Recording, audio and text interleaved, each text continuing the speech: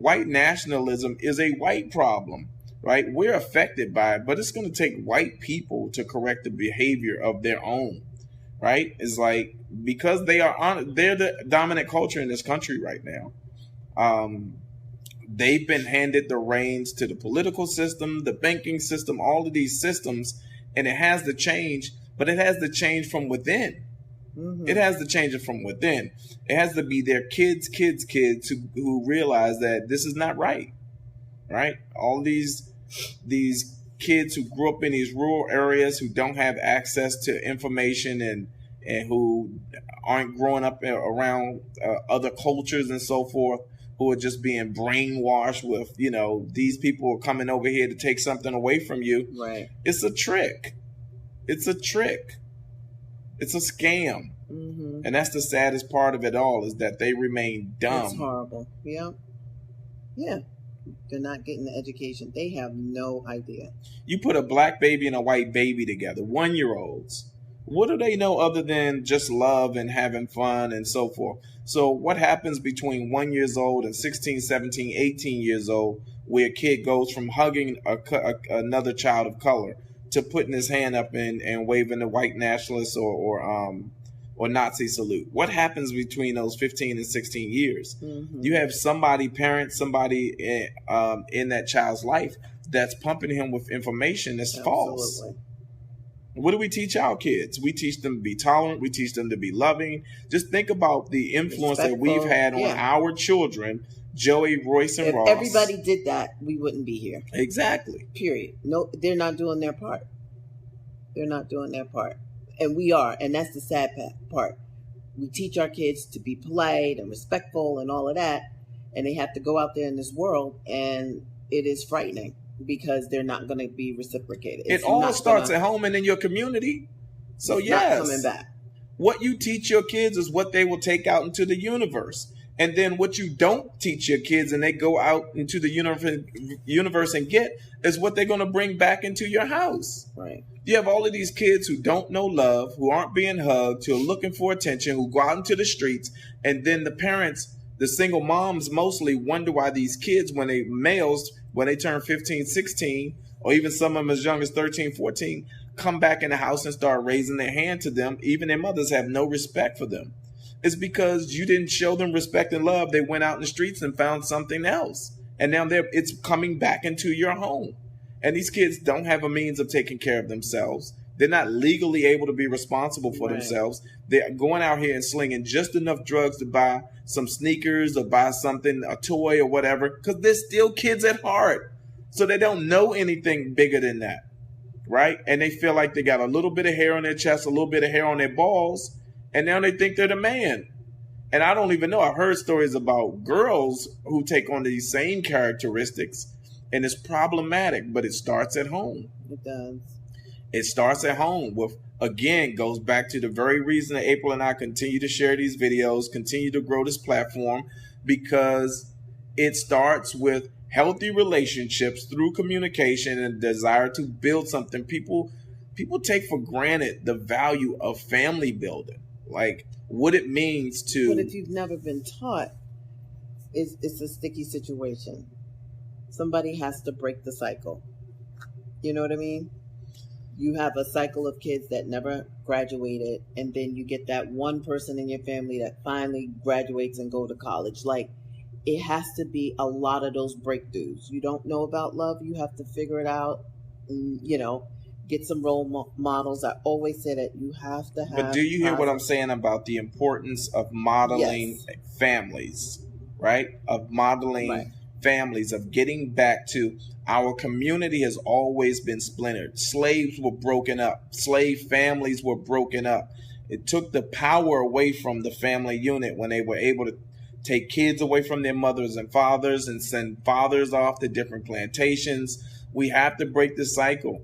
Like, we've been so tricked and bamboozled into this dominant culture way of seeing things and looking at what they see as important, chasing chains, chasing cars, chasing champagne, right? All of these things that really don't have any value to us if we can't first see the value in like building strong family relationships so that these kids April and I were, look, the real power of this weekend was me and April being in DC together.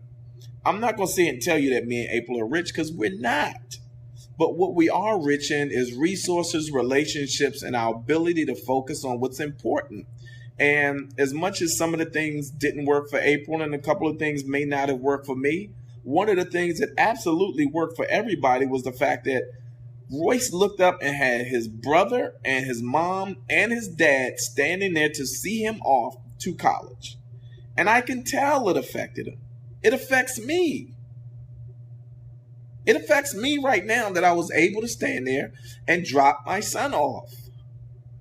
So, the real value of this is getting back to people seeing the importance of, like, going into these relationships and these marriages knowing that it's bigger than, what can this person buy me? Or now that I'm with this guy, I can get this big ass house, right? And so people can see me as something that really fucking doesn't matter. It doesn't matter what other people sees you as, right? Even April and I had to learn that lesson. It don't matter what you have. Don't matter what other people see you as having. Right. What matters is that you have the resources to do what you need to do for yourself and your family long term. My son had 2 people there that loved him, that kissed him, whether it was in the middle of the street, in the rain, his dorm room, wherever. He got love. And so he's going to take that energy with him through prayerfully these first 4 years of his college experience. And more important than that, like, there's information and that's been put in him so that when he goes off to college, he's not just looking to sleep with every girl there. He knows that this is an important time for him. So when we start talking about this platform, when we start talking about these conversations and why this is important to us and why we ask you guys to hit the share button and like and interact with us and engage this platform, is because these kids deserve better than we're giving them. Let's have a real conversation. These kids come into the world, right? They didn't ask to be here. I say the same thing all the time. I didn't ask to be here, but I'm here, right? And that I have an awareness as a man, as a husband, and as a father, that I have an opportunity to affect someone's life. First April's life, that I've now evolved and grown up as a man and can offer us something of value, right? And that we've made a decision. April and I made a decision to have children together. We sure did. This was not by chance. This was by choice, that we wanted something more, right? And so all of our children were conceived in love. Joey was here first. I didn't have a hand in that, but he'd gotten as much, if not more, love. I saw somebody with some dumbass shit on the internet about stepchildren and them not being loved as much as somebody's. I was like, that is the biggest. People put out so much ignorant horse shit, right? Joey's not my biological son. He's my stepological son. But you saw him in the video a minute ago. Like, I'm the first person that he calls if anything happens. I'm dad to him, right? And he still has his biological father available to him. But he knows me as dad. I've been there for the last God knows how many years. I hold him down since he was 8 years old. And he's a grown man now. And he still calls me dad. Calls him for everything. Don't call me. And and will come and hug and kiss me and cry, all of that. But that's the value of what's important to me. I don't wear jewelry. I'm not out chasing champagne, being in the clubs. I'm going to go to my office later tonight and finish working on projects. As much as I know it annoys April that I work so much, right? This is what my commitment to my family is. So I do this so that other men see that, this is what we should be paying attention to, right?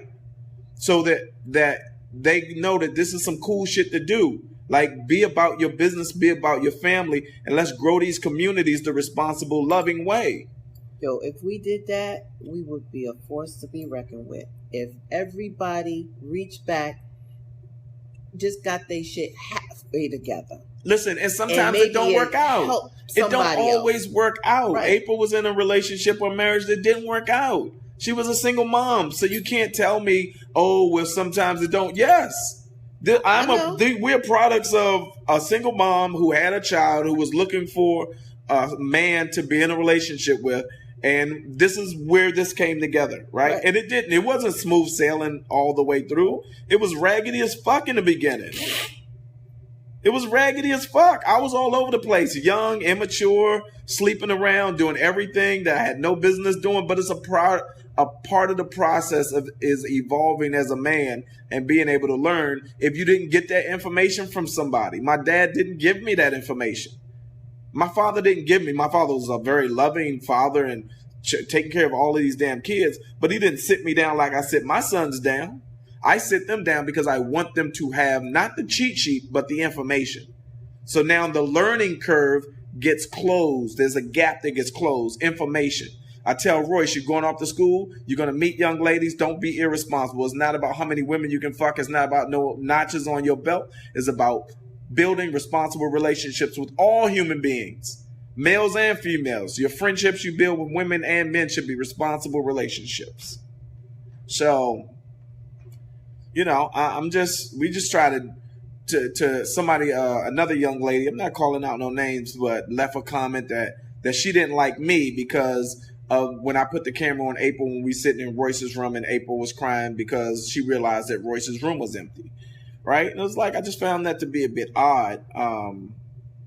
It's like, this is what we do. We share snapshots of our life, right? We share snapshots of our journey. And it's not me putting the camera on April because she's emotional. It's not malicious. It's just another version of a piece of the story that we're sharing. So, all right, that's my 2 cents worth. Yeah, it all comes back to community. And if everybody just did their part, people are failing the kids, the families. People failing themselves. You gotta want more. I was single. I was divorced. I got married young and divorced young. And I had the wherewithal to know what I needed. After that failure, I was like, okay, I got it. No more tomfuckery. Like, I'm gonna get this shit right. And it wasn't easy, I'm glad that I wound up here, but if I could have written that story back then, I didn't know what it looked like. But I'm glad that I'm here now, so you can do it. And when I raised Joey by myself, he had everything. He didn't have his dad, but he had a grandparent. He had my mom, and he had his great-grandparents. My grandfather stood in, the place for dad, so if you can't have that dad, you got to find a mentor or somebody else that can give that child what he needs. So Joey was loved. So, he had 2 great-grandparents, a grandmother, and a mom. So he had all of us. We showed up. We were always there for his games. So whatever that family looks like, it looks like. Even that drop-off at Howard, there were a lot of single moms. And I could tell that they had been struggling. We was on the elevator with one. He was from Brooklyn. Fine young man. It was just his mom. But you have to get the kid to where they need to be. Don't be out chasing guys and, trying to, look at Atlanta Housewives and stuff like that. You have to pour your life into your child. And that's some of the reason why I'm crying too, because all my blood, sweat, and tears, even though I feel like I need him and I want him, I feel like it was worth it. We don't have no new car. I don't have the house that I want. I don't have anything that in my mind back then that I wanted to be flossing or whatever. I threw that out the window. It doesn't matter. We have a great house. It's clean. We got food. We got working cars. But I chose to take whatever means we had and put it in our kids. They're in private school. They had a tutor for the last 6 or 7 years straight. They never missed a game. They've had everything that they needed. They had, what else? They had a car. They had us available to them. Right. They had us. Us. The best gift we could give them was us. Right. I didn't go out there. We weren't irresponsible. Christmas time, Joey can tell you when he come back how many Christmases there wasn't shit under the Christmas tree. There was a tree, one gift for Royce. The babies were small. Hallelujah. They didn't know. People kill me running out buying shit for Christmas for toddlers that don't even know what Christmas is about. No. Nope, nope, nope. Joey got t-shirts, he got underwear, and I think we splurged one year and got him his basketball hoop, and he still has it. Paid maybe $1.99 at Costco. We didn't have no money because you know what we did? We paid our car payment. We made sure this mortgage was paid and that Joey had food and clothes. And we've always been honest. Joey, just nothing for Christmas. Rael didn't get a gift. I didn't get a gift. We had a couple of Christmases like that because we're not the people to go out. We're not gonna open no credit cards and put ourselves so you can in have a debt great day for one day. Yeah, the perception of some shit that don't exist. Stop it. That perception of success is going to be the downfall of so many of people. So many people. The perception of success is not success. It takes a lot of discipline, and you have to know what's important. And Christmas was not important. We didn't have shit sometimes, and it was okay with me because I like being in a nice warm house and being able to turn on the lights and have some food in the refrigerator. That was my present, because I could have went out there and been irresponsible and bought them all this shit that they weren't even going to play with. Nope. So I see the mentality when I go back east, and I see how they get their nails done, they get their hair done, they got all this shit, but they can't pay their rent. They don't have no car. I'm like, you must be struggling. I ain't never been Gotta that beg crazy. for somebody to come pick them up. Can barely get in the Uber because they can't keep their credit card on. Man, struggling. All you need back anywhere you go, you can find a good hoopty for $1,500. Yeah. I have done it countless times. You can find a hoopty for $1,500 that will last you for a minute, a year, 2, 3 years. And you walking around getting your hair done and buying all that. That's why I'm natural. I don't give a damn. Nope, not going to do it. I just can't. I'd rather put that money somewhere else. Everybody wants to look good and floss. I do everything minimal. I get a little pedicure every now and then. My hair is natural because I don't like going to get it done, and I don't like the money involved. And I keep myself, I bargain shop like a mug because I had these kids. My shit is all on bargains. I'll either find it online secondhand or I wait for crazy sales. That's how I get my stuff. That's how I train myself. I don't go out there and buy too many things full price. Every now and then I'll buy I love Chanel but I'll buy one per year or every other year. And it's a classic. I could wear it over and over with something else. And you're like, ooh, look at that bag. I paid for it. It retains its value. It's like art. If you're going to buy something, buy one good thing and keep it. And you can wear it over and over. So I've learned, I'm in the fashion industry, so I know a little, I know quite a bit of some tricks. But you got to be smart. You have to be smart with your money, Royale's car, when I say it's on his last leg, it's on its last leg. Yeah, and guess what?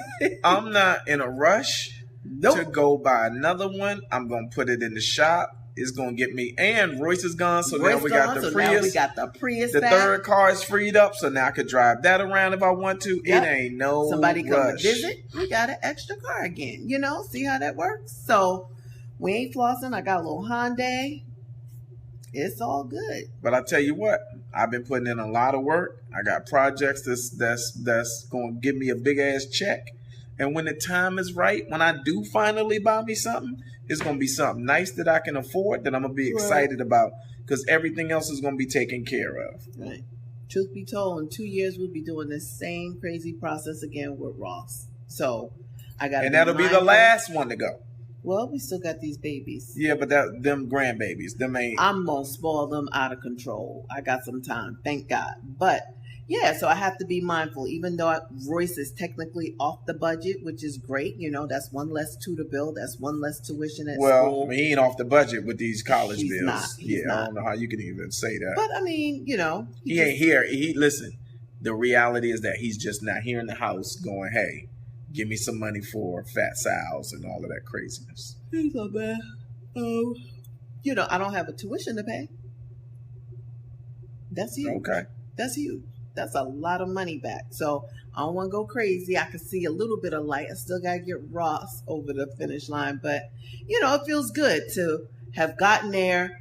We could woosah It is a little bit of money left in our pocket because we are not paying tuition for one kid. We have never had that. So, it feels good. I'm going to continue to work and do what I do. Just keep grinding until, some of these projects pop off and we're able to free up our time because I do want to travel. I want to downsize. I want to get rid of this house. I want a smaller little condo. I don't want the overhead. I want to be free. Like, I just feel like this house is a lot. I want to give it to Joey and I want us to walk away and go find something cute, affordable. We don't need much. We're never really home. We're going to be out traveling doing this after I do travel. Whatever. It's going to be after I do a world tour. So you're right. Just a great kitchen. So when we are in town, we can have some folks over. Everybody always winds up in the kitchen. So wherever we go, it needs to have a great kitchen. It's going to be a 1,800 square foot house with a 1,200 square foot kitchen. Correct. A bedroom, bathroom, and a kitchen. That's it. And a pool. And, it's going to happen. That's it. Okay. So, there's the conversation. Still got a lot of work to do. No. What? Nope. Kimberly, we love you back. Kimberly's like, when y'all going live? Kimberly, you caught us too. Yay. So that's it. I'm tired. My call time is very early in the morning. I went and got a massage, like I said. So now I'm going to go take a shower. I'm not hungry. Don't have an appetite. So I got to make sure that, I do eat. But I'm not hungry, still in my feelings a little bit. I'm going to watch one episode of Game of Thrones or something, and I'm going to bed because I have to get up at 4 a.m. Think some sex to help you get out your feelings? No, not tonight? No. Okay, no problem. No. Okay, all right, I'm just checking. You always got to slip that in there. I'm just asking. Sex is not the answer for me. Okay. I know that relieves, that's your stress relief. That's not mine. I have to get mentally prepared for that. And you got to get mentally prepared for sex? Yeah, like I want to be in it. I can't just be laying there thinking about problems and this. What's your problems? No, I got race on the brain. So okay. I can't. No, not right now. All right. You made it clear. You had some the other day. I did have a little bit. So you're good. I'm not going to say I'm good. I said I had a little bit. I'm good. I don't need none. I'm just not in the mood. All right, so there's the end of that conversation. Because he always tries to. No, I'm going to go. No, I got to work tonight anyway. I got to finish up that project so I can get that. I wasn't going to do nothing anyway. Yeah, I'm going to be. You was going to try. Nope. No. Trust me. I was just checking with you. I got way too much work to do. I'm in the office tonight. Okay, so it's getting late. It's about 7. Is it? Ooh, time will sneak up on you. Yeah, I need to be in bed asleep by 9. Marsha, I did try. That is true. So, yeah. All right. So, relationships, love, and laughter was just turned into a whole thing tonight. I didn't expect us to go there. No Latoya, no high chair tonight. Apparently. No. The thought of that makes me crazy right now. No, I don't want that. Even though it's great, I don't want good. I'm good. I got work to do, y'all. So don't worry about it. I'm going to be all right. Yeah, it's not like it's people in the house. We can't just get butt naked and do it if we wanted to. It has to be later. By the time he get home, I'm asleep. It's just, this is true. It's always something. All right, so listen, we're at 106,000 family members now. My goal is 200,000 from here. I'm not playing around. 200,000. So watch, comment, share. I used to say that a lot. I stopped saying it. But watch, comment, share. When y'all see these videos, make sure y'all hit the like button because that helps the algorithms. Make sure you pay attention to it, and then make sure y'all hit the share button. Good night. So your friends will see it. Because you never know. One friend might see it and join the conversation. Marsha Burke, Donna. Still don't understand the high chair. Donna Eccleston still don't understand the high chair. We'll explain another time. Somebody explain it to her. Oh, she'll get it. Mm-hmm. Good night, everybody. All right, we love y'all. Say good night, Florida. Good night. He's so crazy. All right. Pray for my baby. Blowing some kisses. Gotta have him.